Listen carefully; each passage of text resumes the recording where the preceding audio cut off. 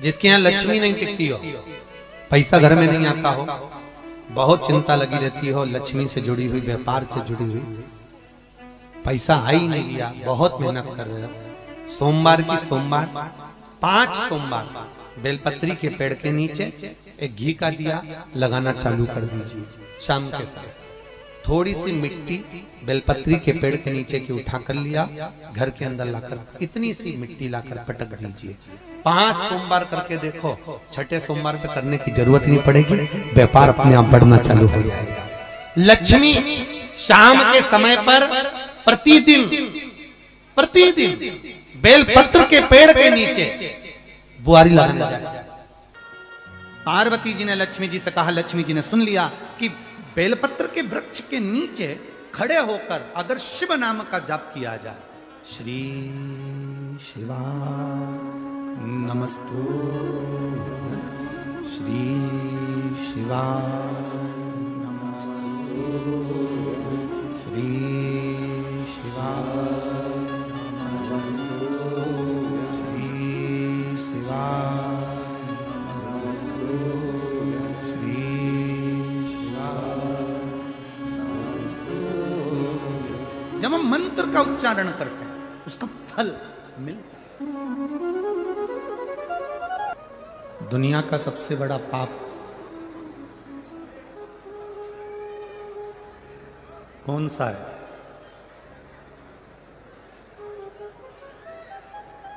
दुनिया का सबसे बड़ा पाप,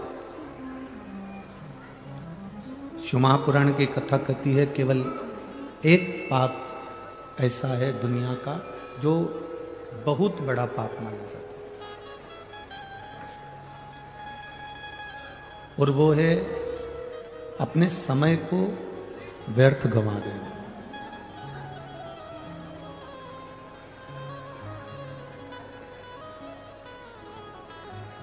दुनिया का सबसे बड़ा पाप है अपने समय को व्यर्थ गंवाना। जो परमात्मा ने समय हमको दिया है, जो परमात्मा ने हमको समय प्रदान करा है, वो समय हमारा कर्म के प्रति जागरूक हो। जिस कार्य को हम कर रहे हैं, जिस कर्म को हम कर रहे हैं, उसके प्रति तुम्हारी जागरूकता होना चाहिए, उसके प्रति तुम्हारा समर्पण होना चाहिए। अरे कल जैसा साउंड कर दो भैया।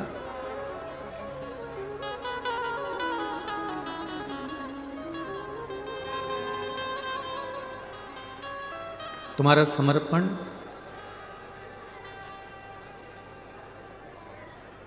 कर्म के प्रति पूर्ण हो।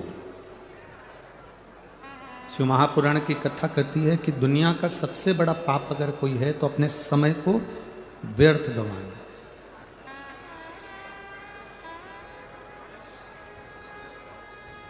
आप अगर अपने घर में व्यर्थ बैठे हुए हो, किसी कार्य के प्रति तुम्हारी जागरूकता नहीं है, किसी कार्य के प्रति तुम्हारी जागरूकता है ही नहीं, तो आप अपने ये ना सोचें कि मैं किसी को अपशब्द कहूँगा तो पाप होता है, या मैं किसी को मार दूंगा तो पाप होता है।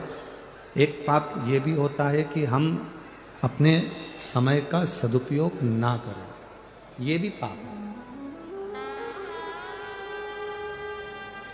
अपने समय को हम श्रेष्ठ जगह पर ना लगाएं,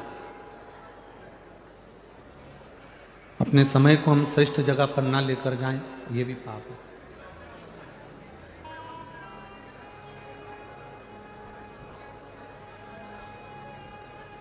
इक्कीस 21,600 श्वास में से सर्वश्रेष्ठ श्वास, सबसे अच्छी श्वास, 21,600 श्वास में से सर्वश्रेष्ठ श्वास अगर कोई होती है तो वो कौन सी होती है? जिसमें हम किसी भूखे को भोजन करा रहे हों, हम किसी प्यासे को पानी पिला रहे हों, या हम किसी दुखी के जीवन में उसके दुख को काटने में साथ दे रहे हों, तब समझना कि हमारी 21,600 श्वास में से वो श्वास श्रेष्ठ है। तब जानकर रखें कि हमारी उन समय की अवस्था में वो हमारी श्रेष्ठता है, उन श्वासों में हमारी सर्वश्रेष्ठता है।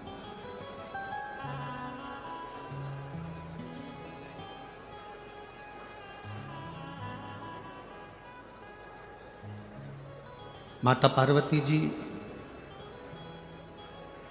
अश्वी मनी घोड़ी बनी लक्ष्मी जी को ज्ञान उपदेश दे रही है। माता पार्वती जी जब लक्ष्मी जी ने आंख में से आंसू बहाए, शिवलिंग पर गए, शिवलिंग से जलाधारी पर गए, जलाधारी पर जब वो अश्रु पड़े और उस अश्रु के पड़ने पर माता पार्वती जी प्रकट हुई और प्रकट होकर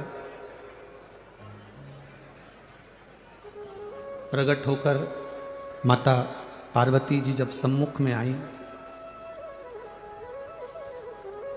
माता पार्वती जब सामने आई तो उन्होंने लक्ष्मी जी को समझाया। माता लक्ष्मी से कहा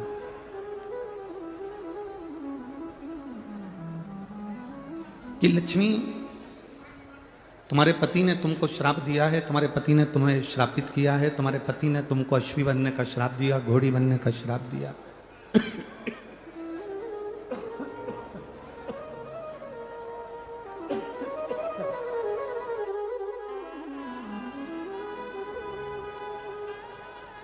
तुम्हें घोड़ी बनने का श्राप दिया, अश्वी बनने का श्राप दिया। लक्ष्मी,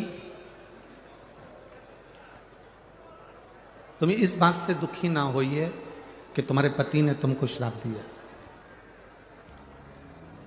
अब उन्होंने जो श्राप दिया उसको भूल जाओ।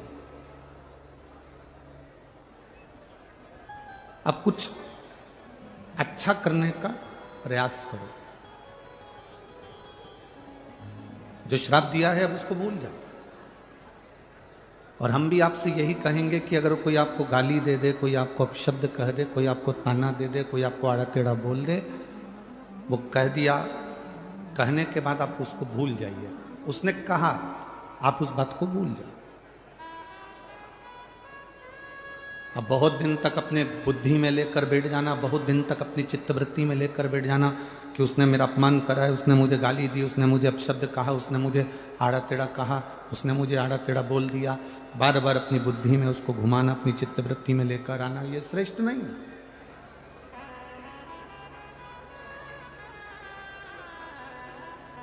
इसको श्रेष्ठता नहीं कहेंगे। कुछ गलत हो गया उसे भूल जाइए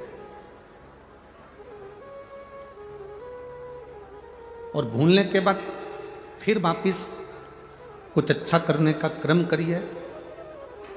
शिव महापुराण की कथा तो यहां तक कहती है कि अगर तुमको कोई गाली भी दे देना, अपशब्द भी कह देना, अगर तुम्हें कोई आड़ा टेढ़ा भी बोल देना, कोई आपको अपशब्द कह दे, आड़ा टेढ़ा कह दे, कोई गाली भी दे दे, तो भी शिव महापुराण की कथा कहती है कि आपको उससे बोलचाल बंद नहीं करना।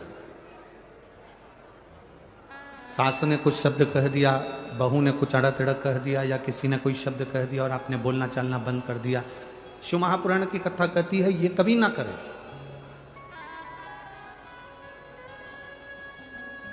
किसी ने अपशब्द भी कहा है, किसी ने आड़ा टेढ़ा भी अगर बोला है, किसी ने अपशब्द भी कह दिया, ताने भी दे दिए, गाली भी दे दी, हमको बोलना बंद नहीं करना है, बल्कि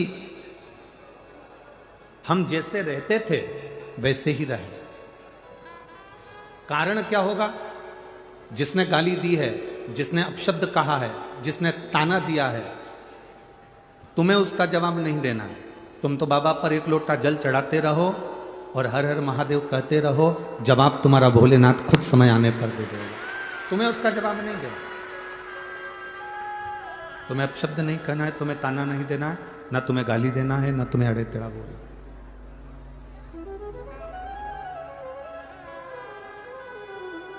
तुम तो अपना जो कर्म है, अपने कर्म में लीन रहिए, कर्म में लगे रहिए, अपने कर्म में लगे रहो, अपने कर्म में लीन रहो, बाकी का वो देख ले। एक बात आपसे पूछना चाहेंगे यहाँ पर धुलिया नगर की सारी माताओं से और मेरे जितने बहनें बैठी हैं, जीजियाँ बैठी हैं, सभी जीजियों से और सभी मेरे भाइयों से, सभी जीजाओं से हम पूछना चाहेंगे कि ईमानदारी से बोलो, जितना टीचर ज्ञान देते हैं, जितना शिक्षक ज्ञान देते हैं,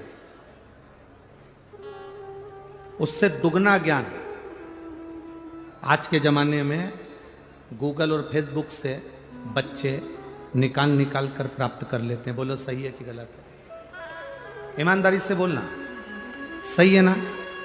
जितना शिक्षक ज्ञान दे रहे हैं, जितना टीचर ज्ञान दे रहे हैं, आज का बच्चा गूगल और फेसबुक पर दिन भर मोबाइल पर जो टीचर पढ़ाते हैं वो बच्चा उसको सर्च कर कर कर आधे से ज्यादा पढ़ाई तो सोशल मीडिया पर पढ़ लेता है। आधे से ज्यादा पढ़ाई सोशल मीडिया पर पढ़ लेता है। फिर भी हमारे यहां, हमारी भारतीय सभ्यता में, हमारे भारत देश की सभ्यता में हमारे यहां शिक्षक, टीचर शंकर और पार्वती का एक रूप माना गया है। हमारे यहां का टीचर, हमारे यहां का शिक्षक शिव पार्वती का एक स्वरूप माना गया। क्यों? बच्चा कितना भी उसको मोबाइल पर पढ़ लेगा, बच्चा कितना भी गूगल पर सर्च कर लेगा, बच्चा कितना भी इंस्टाग्राम पर देख लेगा, या वो अपनी फेसबुक आईडी पर देख लेगा, या पढ़ाई मोबाइल पर कर लेगा, पर उस बच्चे को एक टीचर की साक्षी जरूरी है। जैसे सनातन हिंदू धर्म में भगवान की साक्षी मूल होती है। आप राम जी का भजन कर रहे हैं तो राम की साक्षी आपके सम्मुख में है। आप भगवान कृष्ण का भजन कर रहे हैं तो भगवान कृष्ण की साक्षी आपके सम्मुख में है। आप देवादिदेव महादेव का भजन कर रहे हैं तो भगवान शंकर की साक्षी आपके हृदय में है। केवल एक सनातन धर्म ऐसा धर्म है, केवल एक सनातन धर्म ऐसा धर्म है जिस धर्म के अंतर्गत आप जिस देवता का स्मरण करते हो उसका प्रतिबिंब आपके मन में, आपके हृदय में और आपकी दृष्टि में रहता है। बाकी के किसी धर्म में आप उसका प्रतिबिंब नजर नहीं कर सकते।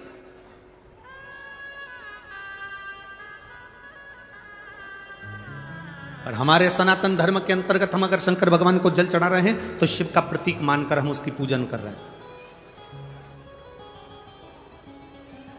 हम बाल गोपाल का अगर पूजन कर रहे हैं तो भगवान राम और कृष्ण का प्रतीक मानकर उनकी पूजन कर रहे हैं। हम दुर्गा भवानी का पूजन कर रहे हैं तो जगत जननी धात्री का प्रतीक मानकर पूजन कर रहे हैं।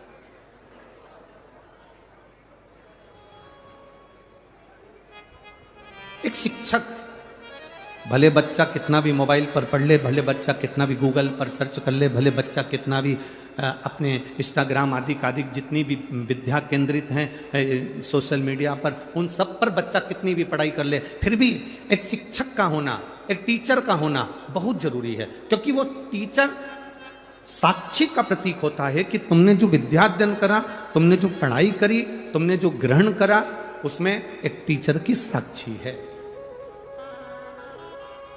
एक शिक्षक की साक्षी है।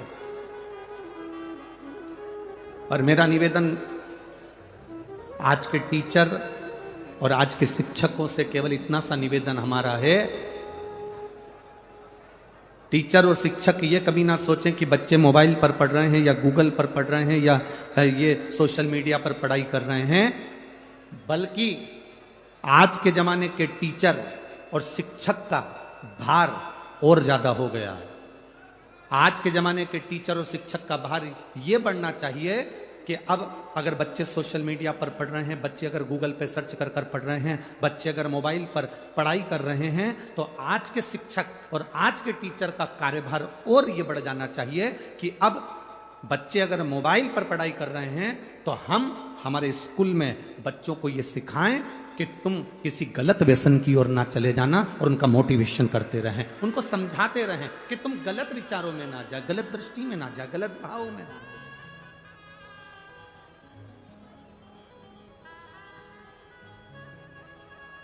आज बच्चों को सबसे बड़ी जरूरत है उनको समझाने की।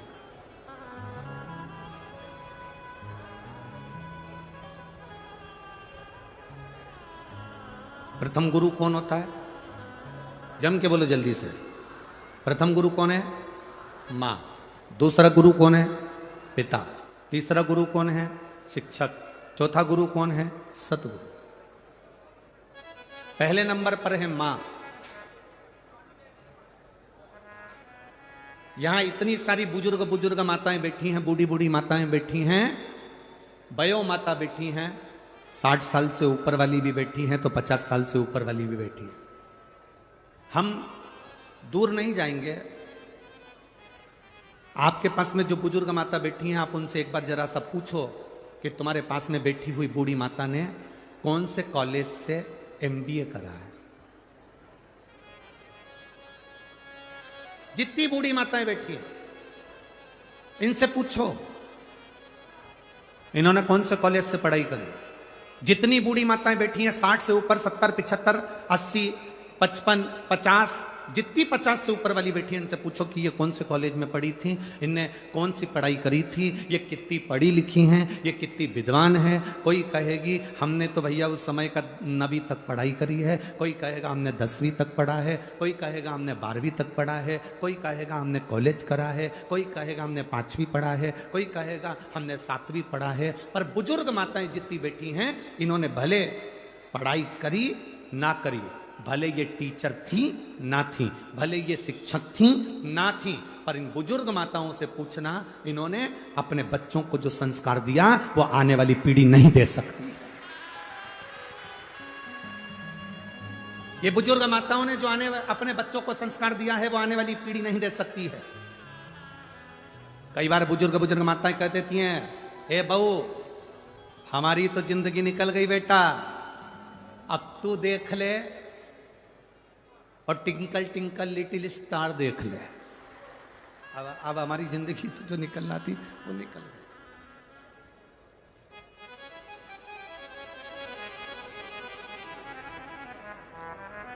इन बुजुर्ग माताओं ने जो अपने बच्चों को संस्कार दिया, इन बुजुर्ग माताओं ने जो अपने बच्चों को ज्ञान दिया कि बच्चे अपनी माता का आज भी आदर कर रहे हैं। बोलो सही है कि गलत है? बच्चे अपनी बूढ़ी माँ का, घर में दादी का, घर में दादाजी का, घर में बुजुर्ग पिता का आदर कर रहे हैं। जो बूढ़ी माँ ने ना तो पढ़ाई करी, ना कॉलेज गई, ना स्कूल गई, ना कहीं पढ़ने गई, उसके बाद भी अपने बच्चों को उसने संस्कार इतने अच्छे दिए कि आज उसका बुढ़ापा सही निकल रहा है और आने वाली पीढ़ी क्या संस्कार प्राप्त कर रही है और कैसे संस्कार उसको मिल रहे हैं, ये आप अच्छे से जानते हो। आज के समय में जरा सा बच्चा अगर मोबाइल देख रहा हो ना, उस समय पर बच्चे को तुम काम बता दो, उतनी देर में तुम बच्चे का मुंह देख लेना।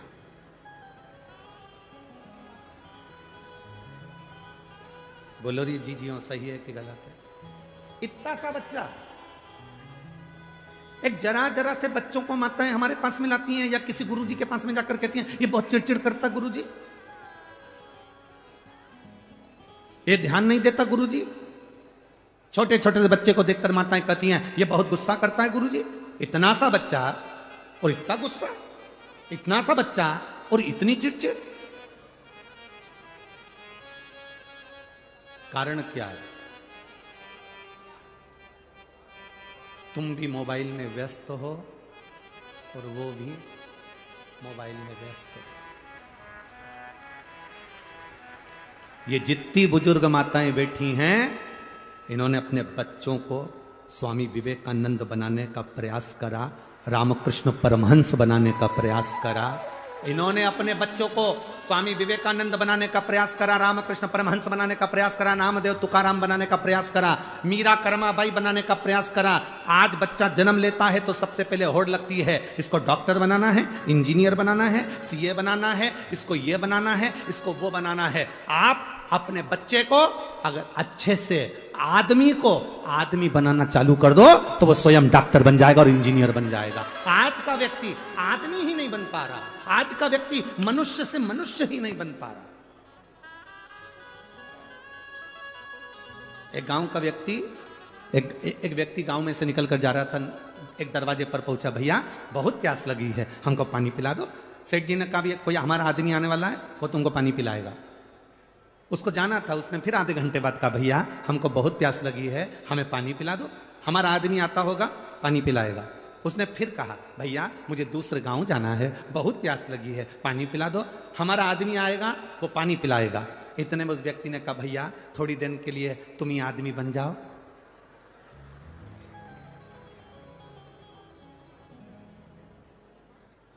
हम स्वयं आदमी नहीं बन रहे, हम स्वयं मनुष्य नहीं बन रहे हैं। आज के जमाने में व्यक्ति को नेता बनना है, कलेक्टर बनना है, एसपी बनना है, डायरेक्टर बनना है, बहुत कुछ बनना है, पर आदमी नहीं बन पा रहा।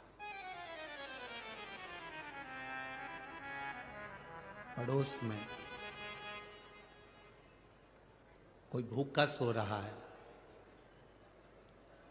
पड़ोस में और कोई भूखा सो रहा है, परिवार में कोई दुखी है और हम बहुत दूर जाकर भंडारा करें, मेरा बाबा कभी प्रसन्न नहीं होता। बाबा कहता है पहले अपने घर के व्यक्ति को देखो। मेरा बाबा कहता है पहले अपने परिवार के व्यक्ति को देखो कि उसको दुख तो नहीं है, उसको तकलीफ तो नहीं है, उसको कष्ट तो नहीं है। पहले आप अपने पास वालों को देखिए, अपने नजदीक वालों को देखिए, अपने करीब वालों को देखिए, इनको दुख तो नहीं है।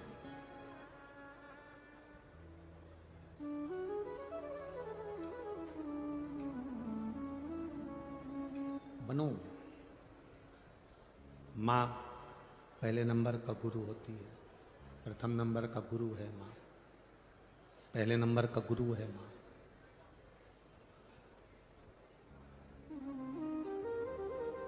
विदेश में रहने वाला एक छोटा सा बालक था जिसका नाम था थॉमस। क्या नाम था? जम के बोलो जरा। थॉमस, छोटा सा बालक।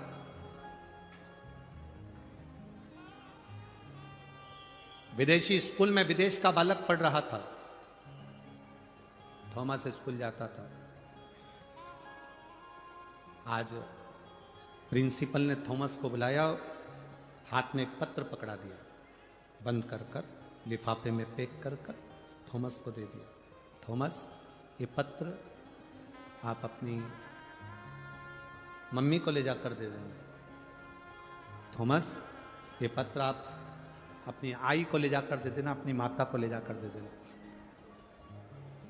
थॉमस उस पत्र को लेकर अपनी मम्मी के पास गया, आई के पास गया, मां के पास गया। मां से जाकर कहा, मम्मी, प्रिंसिपल ने आपके लिए पत्र दिया। थॉमस ने जब मां को पत्र दिया तो उस पत्र को मां ने पढ़ा। बेटे ने पूछा, मां, स्कूल के प्रिंसिपल ने पत्र में क्या लिखा है? मां कहती है, पत्र में लिखा है कि तुम्हारा बेटा बहुत ज्यादा विद्वान है, बहुत विद्वान है तुम्हारा बेटा, इसके लायक हमारे स्कूल में टीचर नहीं है। ये बच्चा इतना विद्वान है कि इसके लायक हमारे पास में टीचर नहीं है। इसलिए आपका बच्चा बहुत ज्यादा विद्वान है, इस बच्चे को आप हमारे स्कूल से निकाल लो, इसकी टीसी ले जाओ और निकाल कर इसको जो विद्वानों का स्कूल हो उसमें इसको भर्ती कराओ, इसको एडमिट करो। अब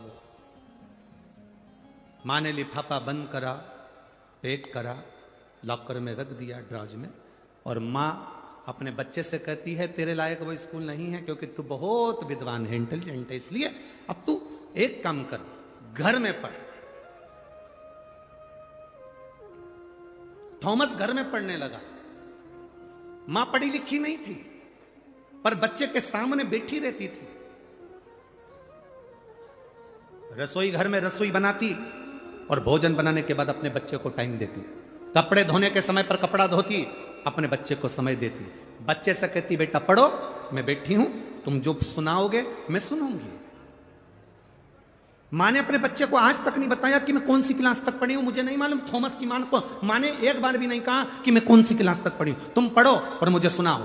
थॉमस ने घर में पढ़ना प्रारंभ करा, पढ़ते पढ़ते अपनी माँ को सुनाना प्रारंभ करा। माँ समझती थी, नहीं समझती थी, आता था, नहीं आता था, पर माँ सुनती थी। सुनते सुनते सुनते सुनते थॉमस बड़ा हो गया, विद्वान हो गया, और बड़ा हुआ और बड़ा हुआ। समय आया और एक दिन थॉमस की माँ शांत हो गई, थॉमस की माँ मर गई, और उस थॉमस ने इतना रिसर्च करा, ऐसा वैज्ञानिक बना, जिसने हमारे घर में जो बल्ब लगता है, जो ट्यूबलाइट लगती है, उसकी खोज उस थॉमस ने कर दी। उस थॉमस ने बल्ब की खोज कर दी, ट्यूबलाइट की खोज कर दी, उस लाइट की खोज थॉमस ने करी। अब एक दिन थॉमस अपने घर में घूम रहा था, उसने ड्रॉज खोला, ड्रॉज में से लेटर निकला कि ये तो मेरे प्रिंसिपल ने मेरी मम्मी को दिया था। इस लेटर को मैंने पढ़ा नहीं था, मम्मी बोल रही थी कि इसमें ऐसा ऐसा लिखा है, तू बड़ा विद्वान है और ये स्कूल और टीचर तेरे लायक नहीं है। थॉमस ने उस लेटर को निकाला, उस लिफाफे को खोला, उस पत्र को पढ़ा, तो थॉमस ने पत्र में क्या पढ़ा कि तुम्हारा बच्चा माइंड से कमजोर है, तुम्हारा बच्चा मूर्ख है, इसको कहीं पागल खाने में जमा करिए, ये बच्चा यहां पढ़ने के लायक नहीं है, इसको यहां से टीसी निकालो और कहीं ले जाकर इसको पागल खाने में जमा करो। मां ने उस पत्र को छुपा दिया, और पत्र को छुपाने के बाद मां ने अपने बेटे को उज्जवल बनाने का प्रयास करा, जैसे थॉमस की मां ने उज्जवल बनाने का प्रयास करा, वो उज्जवलता तुम में आना चाहिए।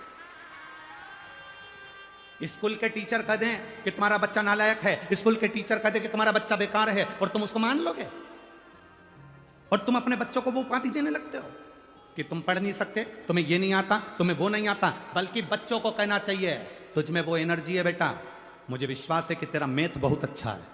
बच्चा कहता मेरा मैथ अच्छा नहीं है, बच्चा कहता मेरी विज्ञान अच्छी नहीं है, बच्चा कहता मेरी अंग्रेजी ठीक नहीं है, उस बच्चे को तुम्हें कहना मैंने तेरी राइटिंग देखी है, तो बहुत अच्छा लिखता है, तो बहुत अच्छा पढ़ता है, मेरा विश्वास कहता है तुम मैथ में सबसे ज्यादा नंबर ला सकता है, ये मेरा भरोसा कहता है। वो बच्चे का आप बल बढ़ाओगे, परंतु आप टीचर कह देते हैं कि ये बच्चा इसमें कमजोर है, ये बच्चा ऐसा है, और आप उस बच्चे को वही कहना चालू कर देते हैं, तुझमें तो अकल ही नहीं है, तो नालायक है, तो पढ़ता ही नहीं है, ध्यान देता ही नहीं है, तो विद्वान है ही नहीं। सुबह से शाम तक हर घर की मां अपने बच्चे के पीछे ऐसी पड़ी रहती है, ऐसी पड़ी रहती है। पहले की माताएं अपने बच्चों के पीछे ऐसे नहीं पड़ती थी, देखती थी, काम करती जाती थी, बच्चा लिखता जाता था, काम करती जाती थी, बच्चा पढ़ता जाता था। और पहले भी कलेक्टर होते थे, पहले भी एसपी होते थे, पहले भी डीएसपी होते थे, और आज भी कलेक्टर हैं, और आज भी एसपी और डीएसपी।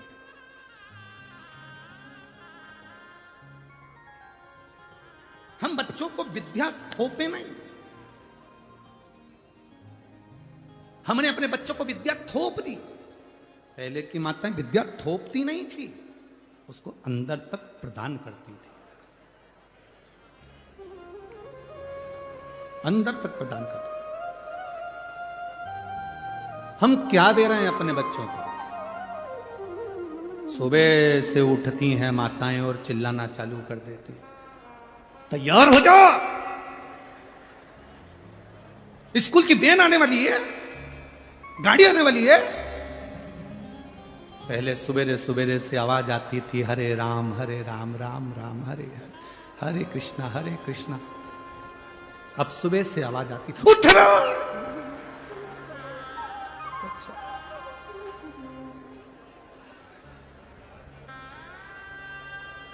बच्चा उठे कि नहीं उठे, उसका बाप जरूर उठ जाता है।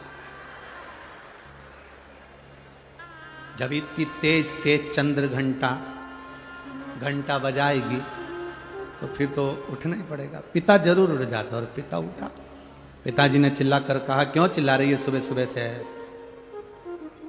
स्कूल की वैन आने वाली है, अभी तक उठा नहीं है, उठाओ इसको। पहुंच गई रसोई घर में,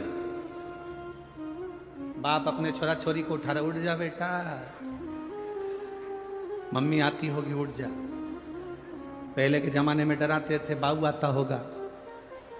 आज के जमाने में डराना हो सास को तो कह दो बहू आती होगी, वैसे डर जा बेचारा। अब उठ जा, पिताजी कह रहे मम्मी आएगी, उठ जा। बच्चा उठा, आया, धोया, स्कूल जाने की तैयारी। किचन में, रसोई घर में घर की माँ काम कर रही है, 25 बार बर्तन को सुबेरे सुबेरे गिरा दिया। सास उठ गई, सास ने कहा, बेटा क्या हो गया? बस इसको स्कूल भेजना अभी तक नहाया नहीं है। इतने में माँ ने कह दिया मैं टिफिन बना देती हूँ बेटी, तू एक काम कर उसको तैयार कर दे, क्योंकि ये तो चाहती यही थी कि डोकरी उठे, चाहती उठी, बनाया टिफिन। बच्चा जब वैन में बैठता है, गाड़ी में बैठता है, हाथ हिला के बैठता है और हाथ जोड़ के बैठता है, पीछा छूटा दोपहर के 2 बजे। कहां? बच्चों को विद्या थोपना नहीं है, बच्चों को विद्या ग्रहण करने का एक तरीका उसकी जिंदगी में लाकर छोड़ना है।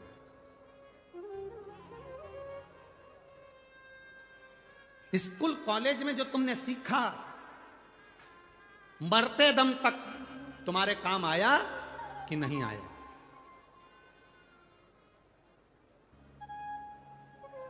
साइन थीटा, कॉस थीटा तुम्हारे काम आया कि नहीं आया? स्कूल में, कॉलेज में जो तुमने सीखा वो तुम्हारे काम आया कि नहीं आया ये पता नहीं, पर शिव महापुराण की कथा जरूर कहती है जो तुमने अपने घर में अपनी मां से, अपने पिता से जो संस्कार ग्रहण करे हैं वो मरते दम तक तुम्हारे काम आते हैं। आखिरी तक तुम्हारे संस्कार तुम्हारे काम आएंगे। आज के समय में शिक्षक का दबाव और होना चाहिए कि हमारे स्कूल के बच्चे, हमारे क्लास के बच्चे, एक टीचर का यह प्रभाव होना चाहिए कि मेरे क्लास के बच्चे, मेरे स्कूल के बच्चे कोई व्यसन में ना जाएं, कोई गलत संगत में ना जाएं। तो बच्चे बहुत जरूरी है हमारे।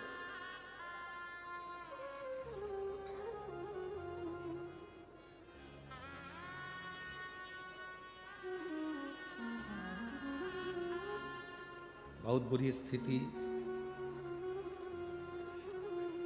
चल रही है जहां पर नवयुवक बच्चे व्यसन की ओर जा रहे हैं। बहुत विचित्र स्थिति, उसमें हमें बचना है।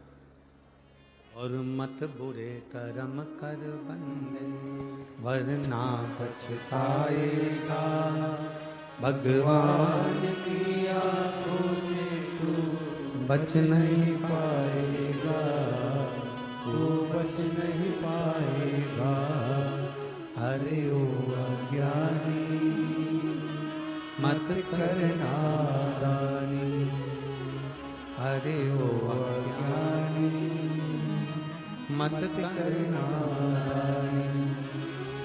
तेरे कर्म का फल भी तू ही पाएगा, जैसा किया तूने तेरे आगे आएगा।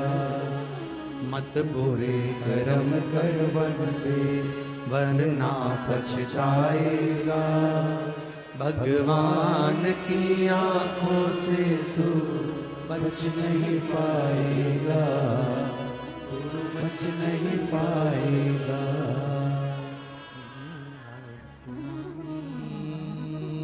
मत करना दानी, अरे ओ अज्ञानी मत करना दानी। मौका मिला है, शरीर मिला है, इसको सदुपयोग में लगाना, सतमार्ग पर लगाना, अच्छी जगह पर लेकर जाना है।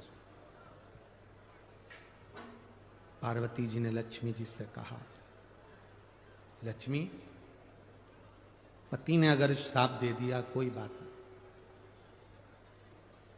पति ने आड़ा टेढ़ा कह दिया कोई बात नहीं, कोई चिंता का विषय नहीं।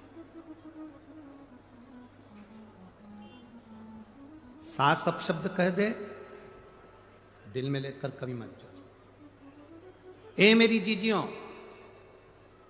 जितने इस आस्था चैनल के माध्यम से कथा सुन रहे हैं, जितने फेसबुक के माध्यम से कथा सुन रहे हैं, यूट्यूब पर सुन रहे हैं, और इस पंडाल में आज कम से कम इस पूरे प्रांगण में 8 से 9 लाख लोग भक्त भरे पड़े हैं।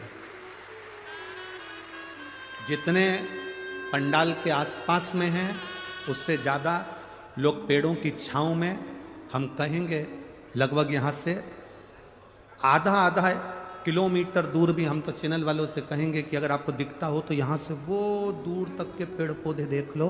जिन जिन पेड़ पौधों को आप कवर कर सकते हो, उन पेड़ पौधों के नीचे, पहाड़ के ऊपर, टेकरी पर, गाड़ियों पर, जहाँ आप कवर करें वहाँ तक कवर कर सकते हैं। और इनको देखें, इनकी भक्ति की लगन कितनी प्रबल है, जो शंकर को प्राप्त करने के लिए अपना घर छोड़कर यहाँ पर, इनकी भक्ति की लगन। जितने इस सभा में बैठे हैं, जितने इस पंडाल के सम्मुख में बैठे हैं, जितने इस शिव महापुराण की साक्षी में बैठे हैं, और जितने आस्था चैनल और फेसबुक यूट्यूब पर कथा सुन रहे हैं, इन सब बहनों से निवेदन और सब भाइयों से निवेदन, किसी के शब्द को, अच्छे शब्द हो उसको जिंदगी में उतार लो। कुछ अच्छा मिल रहा है उसको उतार, कुछ अच्छा प्राप्त हो रहा है उसको ले लो। एक उत्तर दोगे क्या धुलिया वालों? बोलो तो जम के। कुएं का जल, बावड़ी का जल, हापसी का जल, तालाब का जल, समुद्र का जल, बारिश का जल, नल का जल, ट्यूबवेल का जल, क्षीर सागर का जल, खड्डे का जल, जितने जल हैं, इन सभी जलों में सर्वश्रेष्ठ जल कौन सा?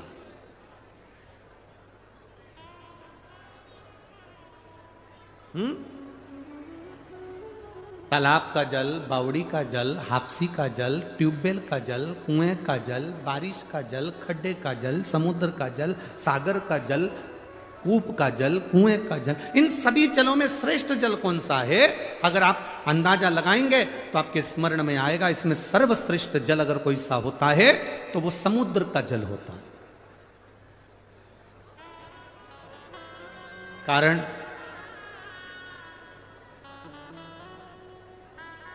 श्रीमद् वल्लभाचार्य जी ने एक ग्रंथ लिखा जिसका नाम है जल भेद।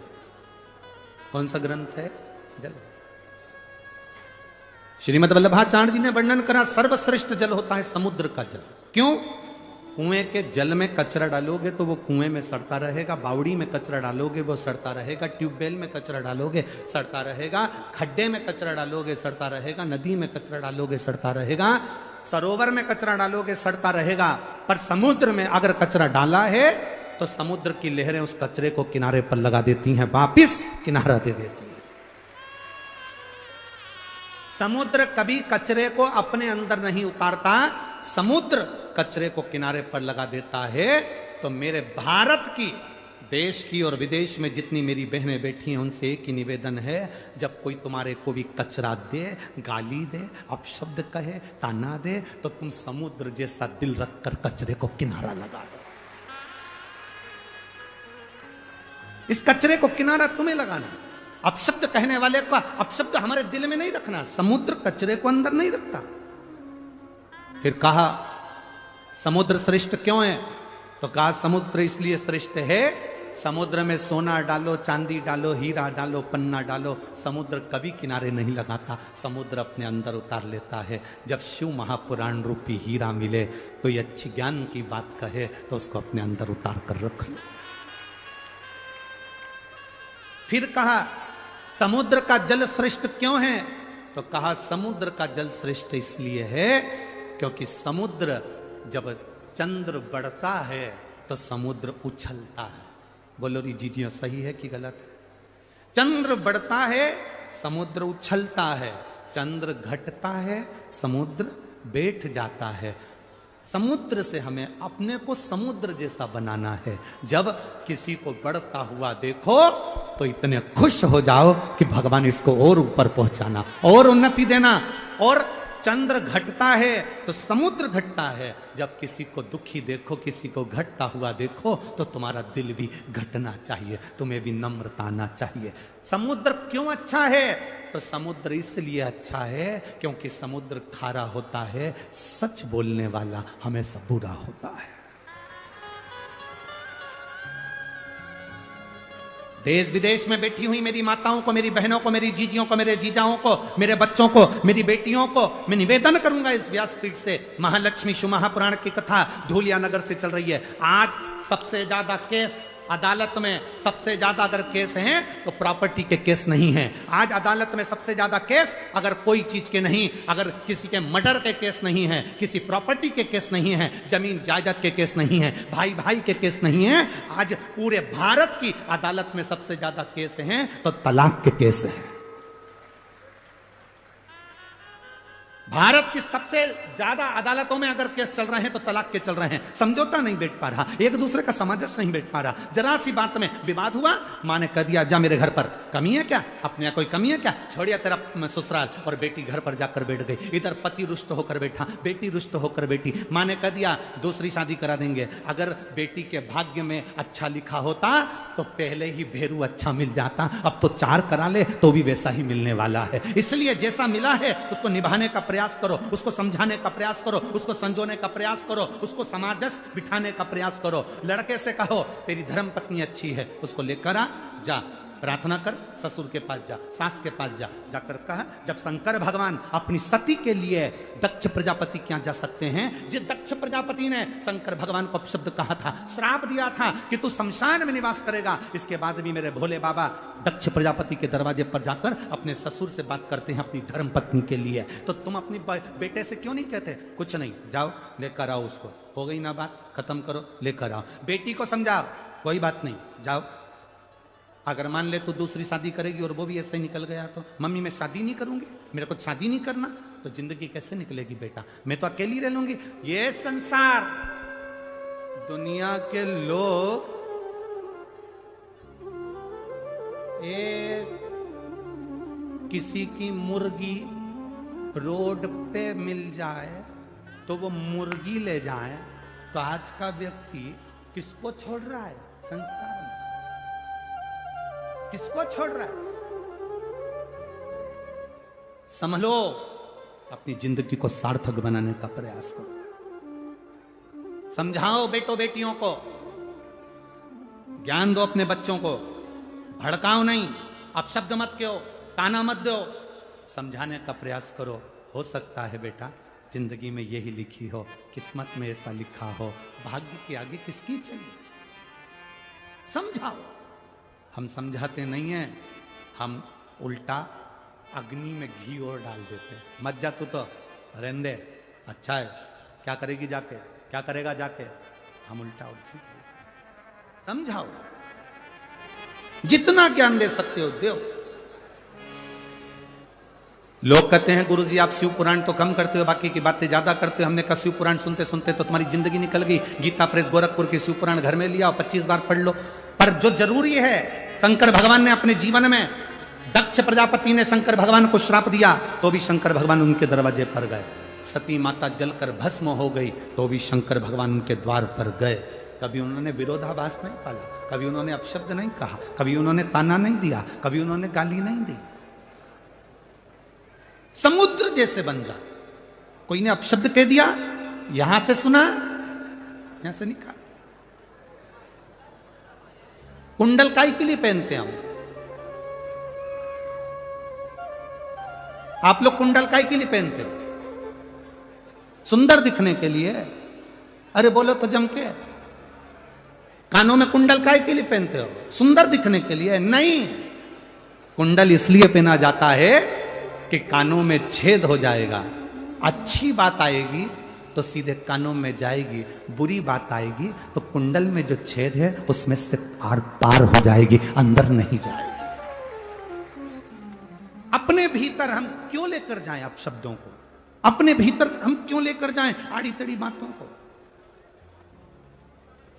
कुछ श्रेष्ठता लेकर जाए, कुछ अच्छा लेकर जाए। लक्ष्मी, पार्वती जी कर रही हैं, अपने पति ने तुम्हें श्राप दे दिया और तुम दुखी हो गई। दुख नहीं, अगर अब शब्द किसी ने कहा है, ताना किसी ने दिया है, गाली किसी ने दी है, आड़ा टेढ़ा किसी ने बोला है, तो उसका जवाब देवाधिदेव महादेव ने दिया है। एक पत्र आया है, देखिए।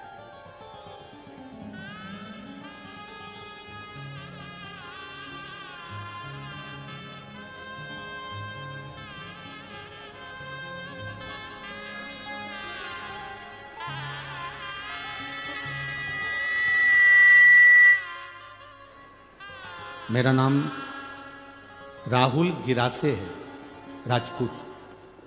सो विशाली गिरासे, राजपूत।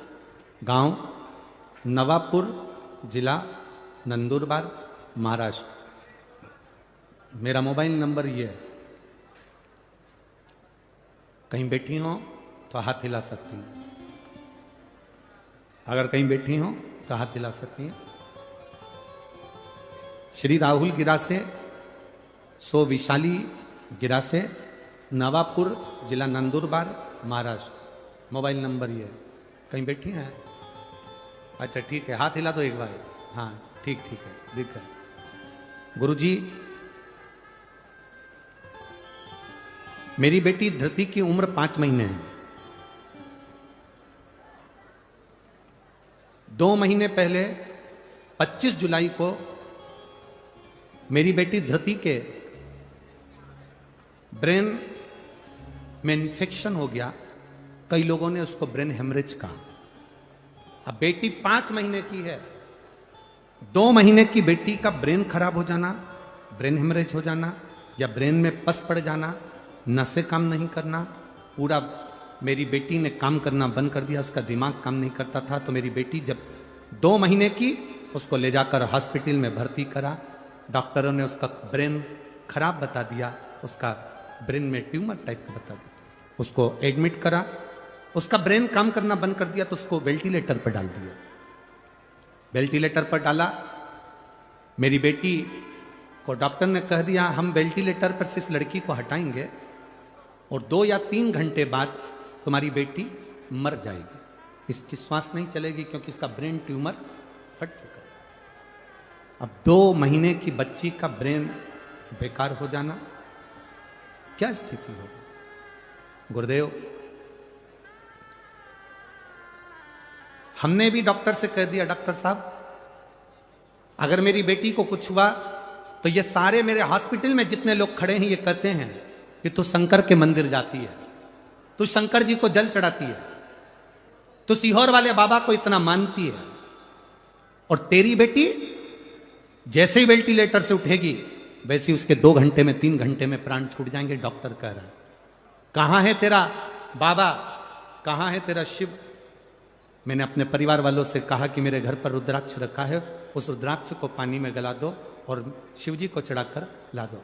रात भर का इंतजार नहीं कर सकते तुम तो अभी की अभी पानी में डाल दो। रात भर अगर पानी में डालेंगे तो समय लगेगा। बेटी को सीहोर का लाया हुआ रुद्राक्ष पानी में डालकर शंकर जी को चढ़ाकर बेटी को तुरंत उसी जल को उठाकर शिव जी का चढ़ा हुआ बेटी के मुख में दिया। गुरुदेव, डॉक्टर ने तो कह दिया था कि ये 3 घंटे में मर जाएगी, इसको ले जाओ। हम वेंटिलेटर पर से उतार कर लड़की को ले आए।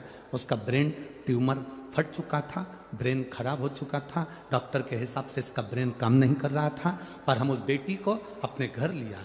डॉक्टर ने कहा इसको ले जाओ, क्योंकि मरेगी तो सही, इसको लेकर जाओ। हम बेटी को घर लाए। हर 10 मिनट में हमने बेटी को रुद्राक्ष का जल दिया और बाबा से कहा, वो सीहोर वाला महाराज कथा में कहता है कि तेरे पर कर अगर है भरोसा कभी टूटता नहीं है। अगर वो कहता है तो शिव कहता है, बाबा टूटने मत देना।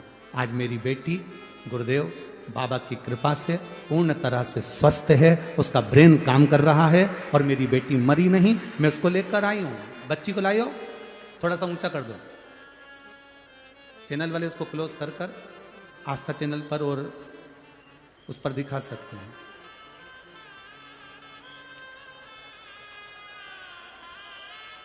आप लोग एलईडी पर और आस्था चैनल पर उस बच्ची को देख सकते हैं।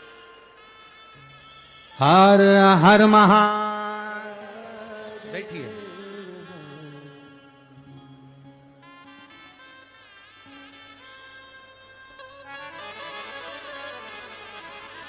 हमारे बीच में महाराष्ट्र शासन के कैबिनेट मंत्री, धुलिया के पालक मंत्री माननीय श्री गिरीश भाऊ महाजन जी यहाँ पधारे हुए हैं।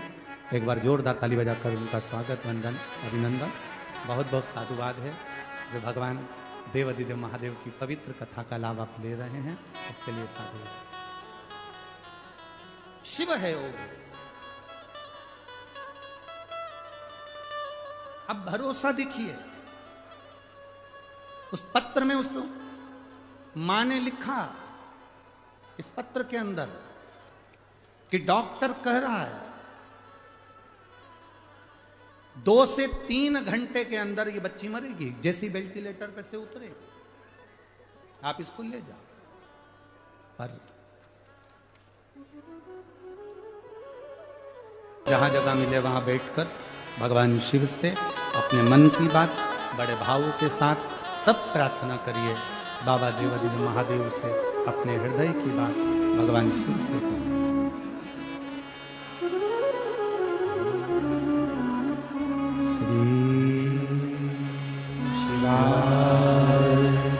नमस्तुभ्यं श्री शिवाय नमस्तुभ्यं श्री शिवाय नमस्तुभ्यं श्री शिवाय नमस्तुभ्यं श्री नमस्तुभ्यं भोला सब दुख काटो भार, ओ भोला सब दुख काटो भार। शिव शंकर जपो तेरी माला, भोले बाबा जपो तेरी माला, भोला सब दुख काटो भार, ओ भोला सब दुख काटो भार। वेश मंगल मंगलकारी, वेश मंगल मंगलकारी, शमशान वासी हमारा, शमशान वासी हमारा, ओ भोला सब दुख काटो भार, ओ भोला सब दुख काटो भार। शिव कथा कह रही है, लक्ष्मी जी को पार्वती मैया समझा रही है। कभी किसी की गलत बातों को अंदर मत जाने दो। फिर कहा, जब अपने को लगने लगे कि अपन बहुत दुखी हैं, लक्ष्मी आपको लग रहा है कि आप दुखी हैं, परमार्थ का कार्य करना प्रारंभ कर दो।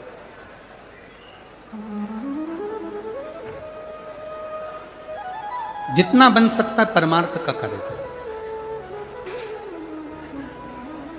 और फिर कहा, लक्ष्मी दुख मिटाने का इस संसार सागर में सबसे सुंदर तरीका जो मैं आपको बता रही हूं, अगर लक्ष्मी भूलवश भी अगर आपने वो कर लिया तो ये विश्वास रखिए कि देवादिदेव महादेव का दर्शन भी होगा और आपके मन में जो कामना है वो पूरी भी होगी, अगर आपने इसको स्मरण कर लिया।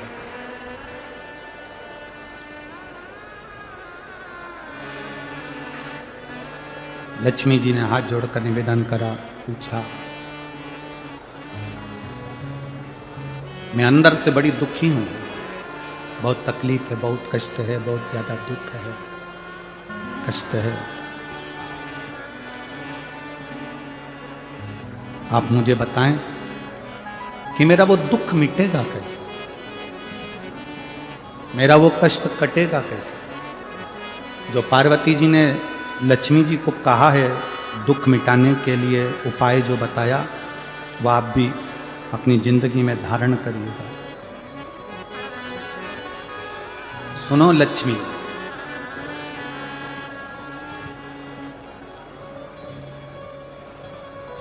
तुमने जो पार्थिव शिवलिंग का निर्माण करा था, उस पार्थिव शिवलिंग पर आपके अश्रु गिरे, वो अश्रु मेरे पास आए, उस अश्रु के बल पर मेरा दर्शन हुआ। अब लक्ष्मी इस संसार सागर में भूमंडल पर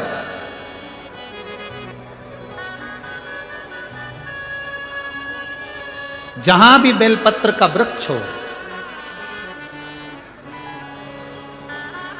इस भूमंडल पर, इस संसार सागर में जहां पर भी बेलपत्र का वृक्ष हो,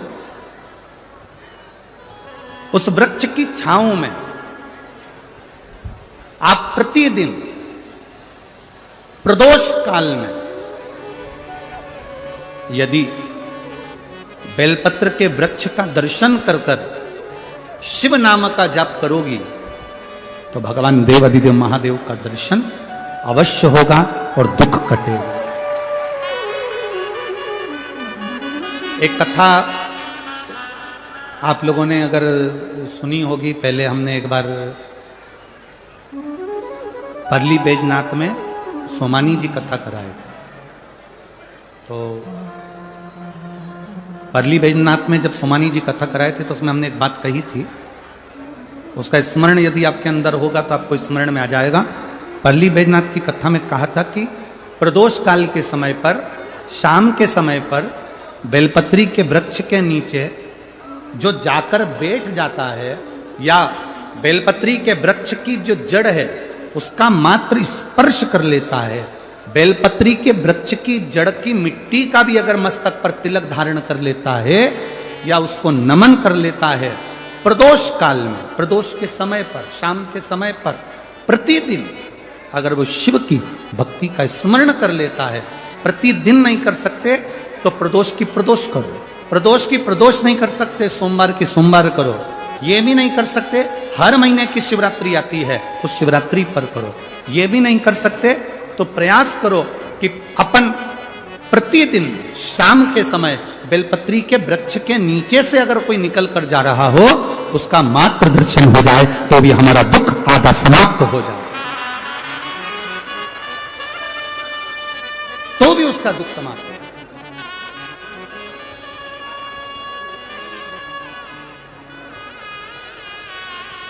शंभु शरणे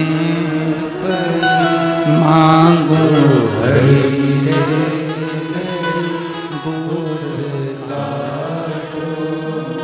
दया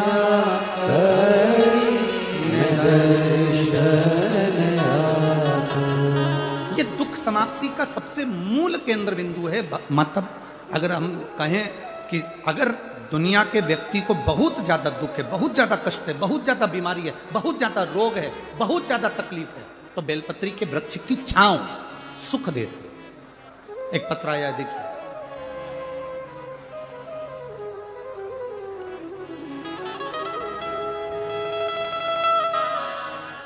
सुनंदाबाई रमेश जी पाटिल, कृषिनगर धूलिया, कहीं बैठी हो तो हाथ हिला सकती हैं, अगर कहीं बैठी हो तो हाथ हिला सकती हैं। शांति बनाओ सब लोग कृपया।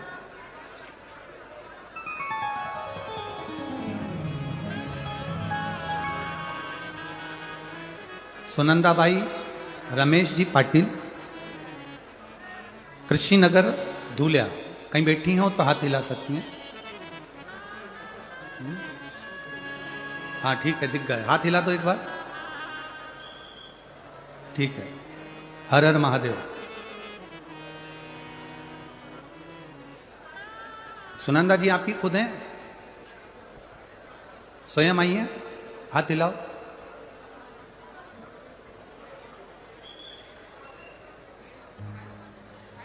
गुरुदेव, गर्भाशय के नीचे गांठ हो गई थी।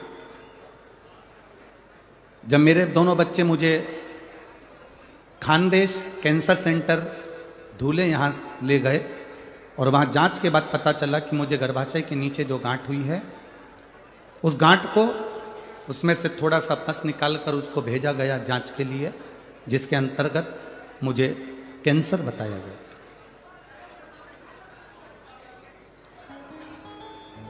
अब कैंसर की गांठ गुरुदेव बताया गया। इस रिपोर्ट के बाद मेरे बच्चों ने और मेरी ननंद ने, नंदोई ने हमारे फैमिली डॉक्टर को दिखाया और उन्होंने भी 1-2 हॉस्पिटल में हमारी जांच कराई, जिसके अंतर्गत हमें कैंसर बताया। फिर टाटा हॉस्पिटल मुंबई गए, जहां पर बच्चों ने मुझे दिखाया तो वहां पर भी कैंसर था। बच्चों की आंखों में आंसू भर गए। उपचार चालू करा, 3-4 बार टाटा हॉस्पिटल में हमने चक्कर लगाया, रेडिएशन केमो के लिए नंबर लगाया, पर हमारा नंबर नहीं लगा। तब हम वहां से ठाणे आ गए और वहां पर आने के बाद हम वहां से वापिस डॉक्टर से पूछ कर कि हमारा कीमो नहीं हो रहा है, थेरेपी नहीं हो रही, हम वापिस अपने गांव जाएं। हम डॉक्टर से मिलकर वापिस अपने गांव आ गए और गांव आए। अब कैंसर तो हर जगह पर बताया गया, अब करें तो करें क्या। तब किसी ने कहा पशुपतिनाथ का व्रत करो, शिवजी पे चढ़ा हुआ जल पीना प्रारंभ करो। और गुरुदेव उसी दरमियान मेरी बेटी मुझे शंकर जी के मंदिर ले जाती, मंदिर में ले जाकर मुझे बिठा देती। मैं नंदी के पास में बैठकर बाबा से प्रार्थना करती, ये कहाँ की बीमारी दे दी तूने बाबा, मुझे कैंसर बता दिया, अब करूं तो करूं क्या। कीमो मेरा हो नहीं रहा क्योंकि वहां नंबर नहीं लग रहा। मैं वापिस आ गई हूं और बाबा अब ठीक करेगा तो तू करेगा। मैंने कथा में सुना है बाबा तू सबकी बीमारी ठीक करता है तो मेरी भी करेगा। पशुपति व्रत करे, शिवजी पे चढ़ा हुआ जल पीना प्रारंभ करा, बेलपत्री खाना प्रारंभ करी और नंदी के पास बैठती। आपने कहा था गुरुजी की बेलपत्र के वृक्ष के नीचे प्रदोष काल में बैठकर जो बोला जाता है बाबा वो सुनता है। मैं बेलपत्र की वृक्ष की छांव में बैठ जाती, वहां की मिट्टी मेरे पेट पर लगा लेती, बाबा को प्रार्थना करती, दिया लगाकर वापिस आ जाती। बाबा की मैं क्या गुणगान करूं गुरुदेव। 4/10/2023 को हम वापिस टाटा हॉस्पिटल में दिखाने के लिए मुंबई गए और जो जांच वापिस चालू हुई उसमें मेरा कैंसर समाप्त हो चुका था। यह शिव सुनंदाबाई रमेश पाटिल, कृषि नगर, धूलिया, मेरा मोबाइल नंबर ही है। बैठिए बहन, हर हर महा शिव तत्व इसको का। आपका जो विश्वास है, आपका जो भरोसा है, आपकी जो दृढ़ता है वो सुख है।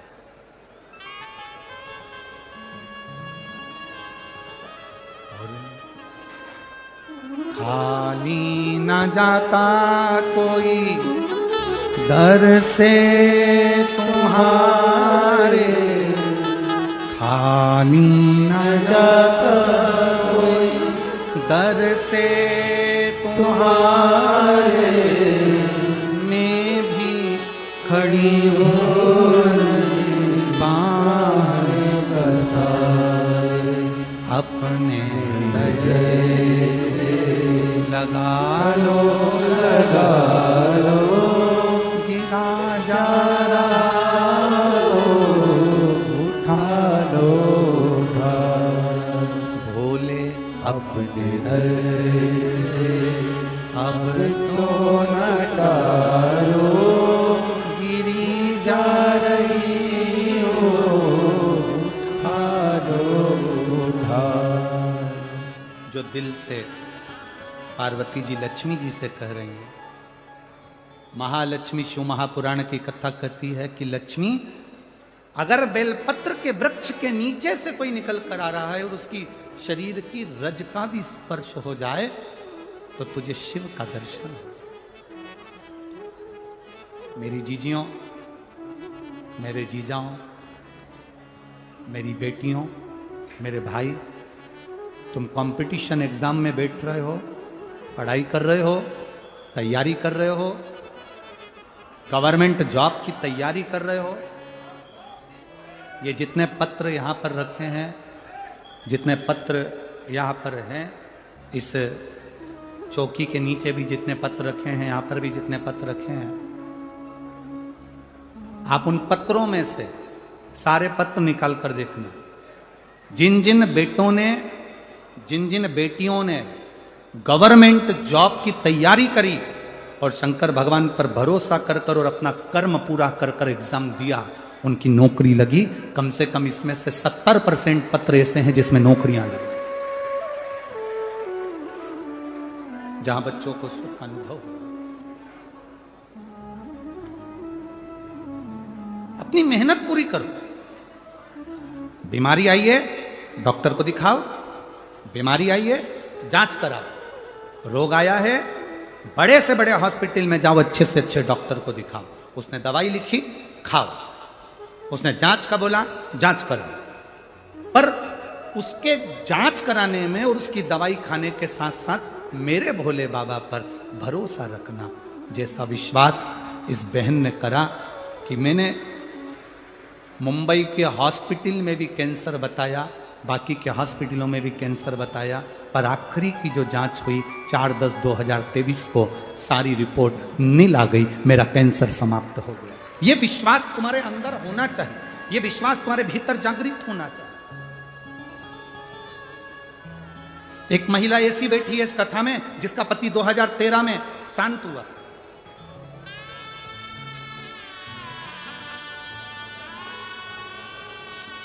जिसका पति 2013 में शांत हुआ।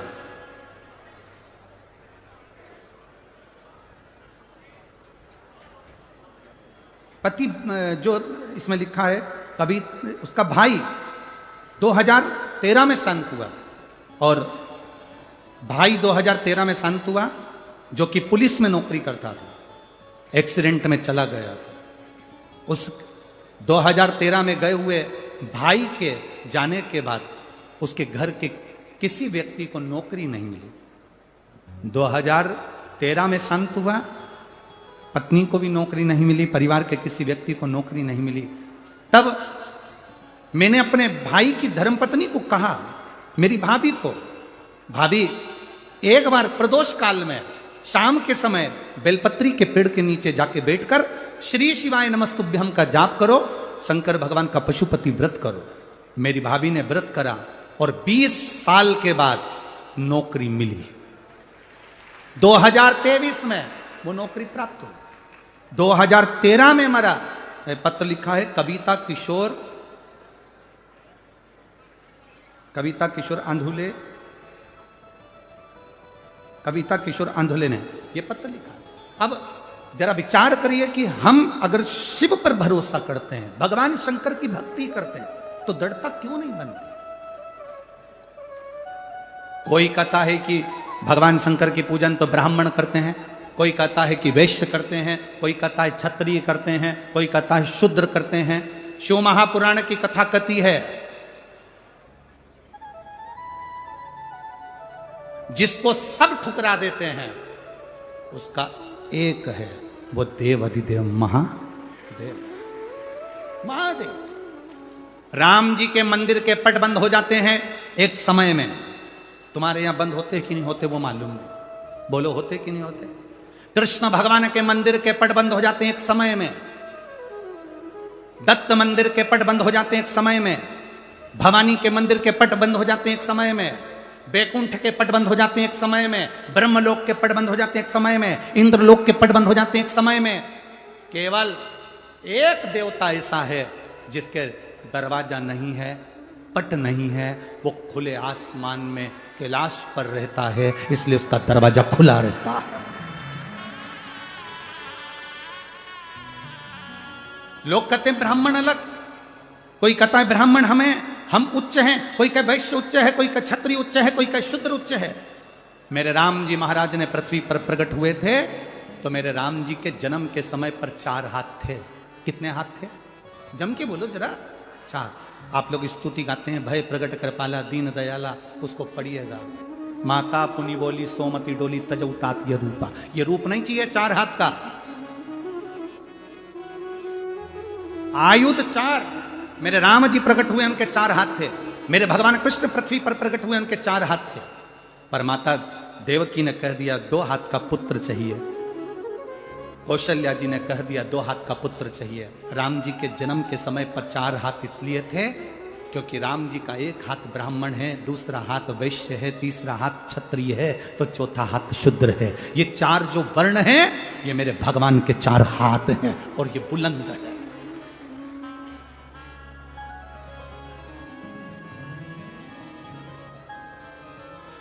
जो दुनिया में जितनी जातियां हैं, दुनिया में जितनी समाजें हैं, चाहे वो ब्राह्मण हो, चाहे क्षत्रिय हो, चाहे वैश्य हो, चाहे शूद्र हो, इन सब का अगर कोई देवता है तो केवल एक देव अधिदेव महादेव है। अब दुनिया के लोग भटका रहे हैं, अब दुनिया के लोग भ्रम उत्पन्न कर रहे हैं। उन्होंने कह दिया भगवान को मत भजो, अगरबत्ती मत लगाओ, दिया मत लगाओ, मंदिर मत जाओ, तिलक मत लगाओ, चोटी मत रखो, गले में रुद्राक्ष मत पहनो, तुलसी की माला मत पहनो। मेरी जीजियों और मेरे जितने भाई बैठे हैं, आप सबसे निवेदन है, अपने गांव में, नगर में शंकर का एक ओटला हो, मंदिर हो, शंकर का शिवलिंग हो, पूरा गांव के लोगों से कहो तुम कितने भी बढ़ जाना पर अपने बाप को मत भूल जाना, शंकर को जल जरूर चढ़ाना। अपने पिता को मत भूलो जो तुम्हारा पिता है, अपने बाप को मत भूलो जो तुम्हारा पिता है, वो शिव देवाधिदेव महादेव है।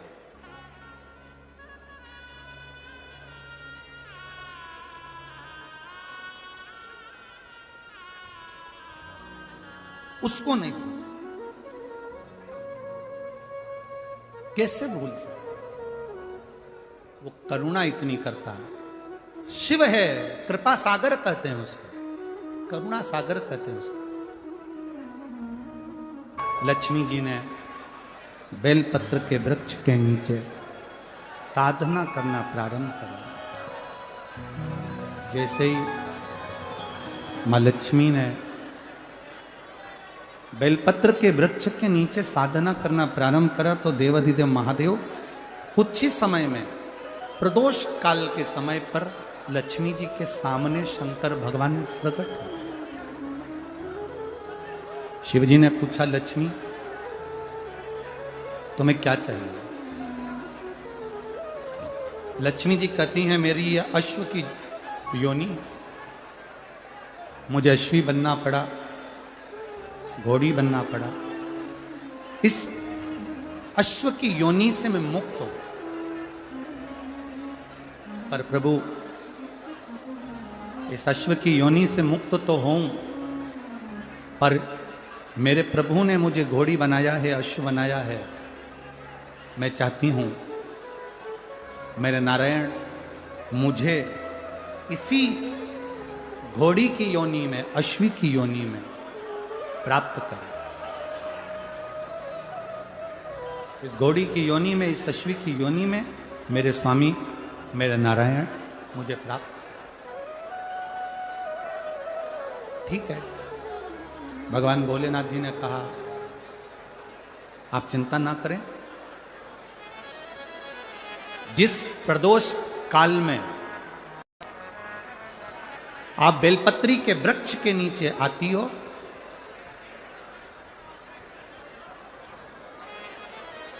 दुनिया का कितना भी दरिद्र व्यक्ति हो,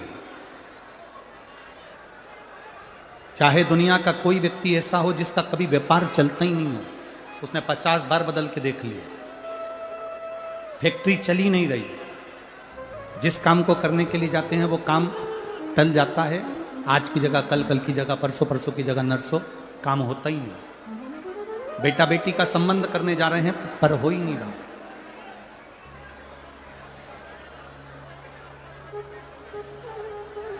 कितना भी दरिद्र से दरिद्र व्यक्ति है, कितना भी दीन से दीन व्यक्ति है,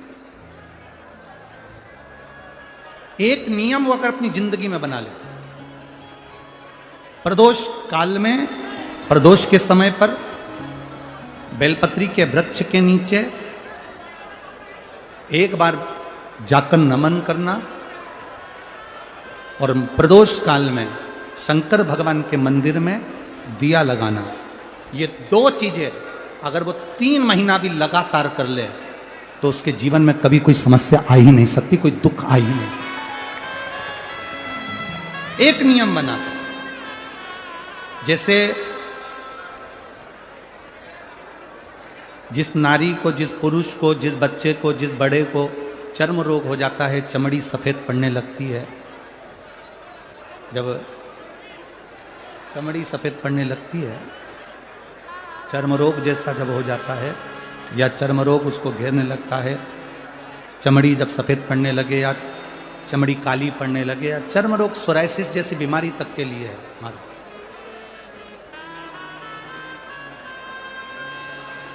बेलपत्री के वृक्ष के नीचे की मिट्टी,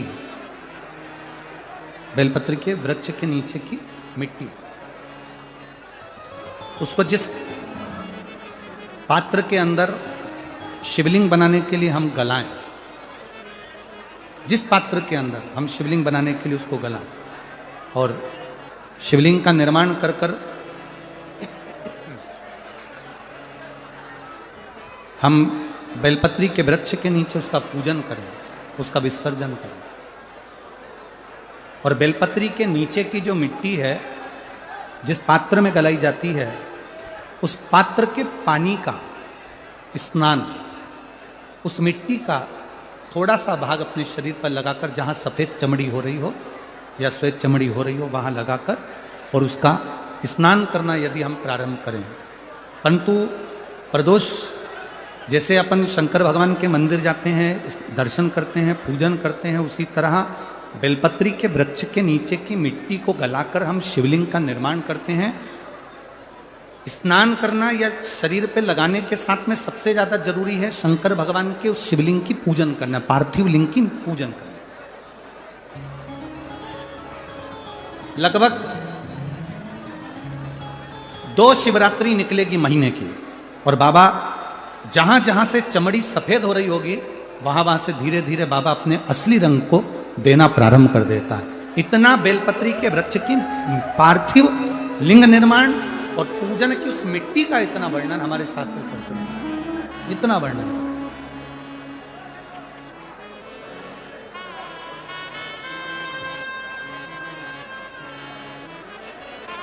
शिव कथा कह रहे, शिव महापुराण की कथा वर्णन कर रहे। स्वयं भगवान देवादिदेव महादेव ने नारायण से जाकर प्रार्थना करी, स्वयं भगवान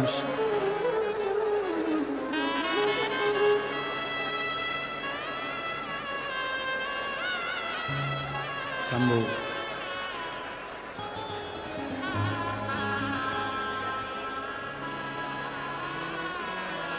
स्वयं भगवान शंकर ने नारायण से जाकर प्रार्थना करी कि माता लक्ष्मी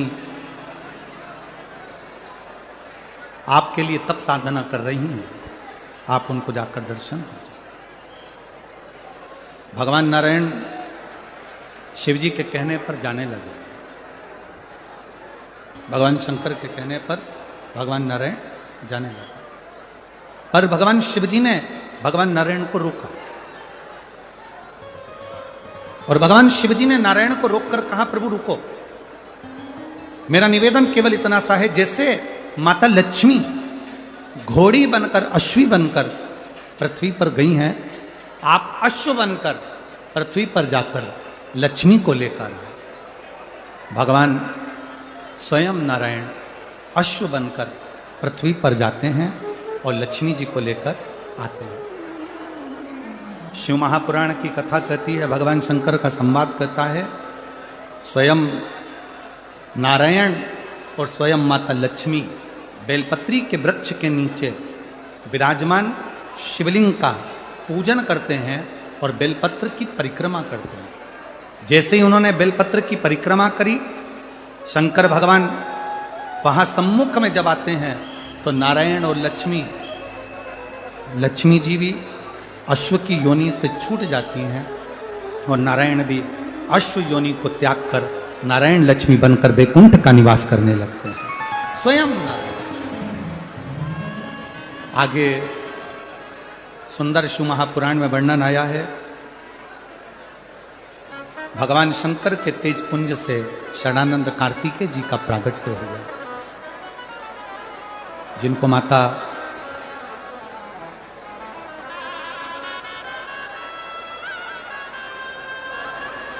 पार्वती जी ने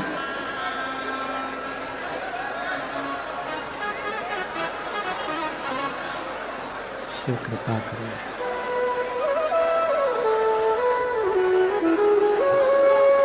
सदानंद कार्तिकेय जी का संवाद आता है, जहां पर माता पार्वती जी स्वयं कार्तिकेय बाबा से कहती हैं कि कार्तिकेय, तारकासुर के हृदय में तुम्हारे पिता शिव बसते हैं, इसलिए आप तारकासुर का जब संहार करने के लिए जाओ तो हृदय में बाण ना छोड़ो। हृदय में कोई बाण ना छोड़ा जाए। तब स्वयं कार्तिकेय जी ने तारकासुर का संहार करा, पर हृदय में बाण नहीं छोड़ा। आगे समय के अनुकूल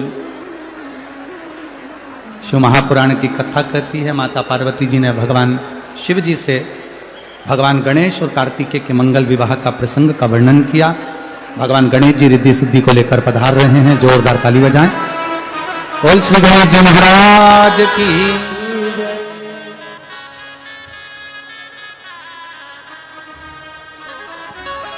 रिद्धि सिद्धि भगवान श्री गणेश जी महाराज के गले में जयमाला पहना रही हैं। भगवान श्री गणेश जी महाराज ने रिद्धि सिद्धि के गले में जयमाला पहनाई है। रिद्धि सिद्धि ने वही माला निकालकर भगवान श्री गणेश जी महाराज के गले में धारण कराई है। श्री गणेश जी महाराज ने रिद्धि सिद्धि के कंधे पर अपना हस्त कमल दिया। बोल गणेश जी महाराज की।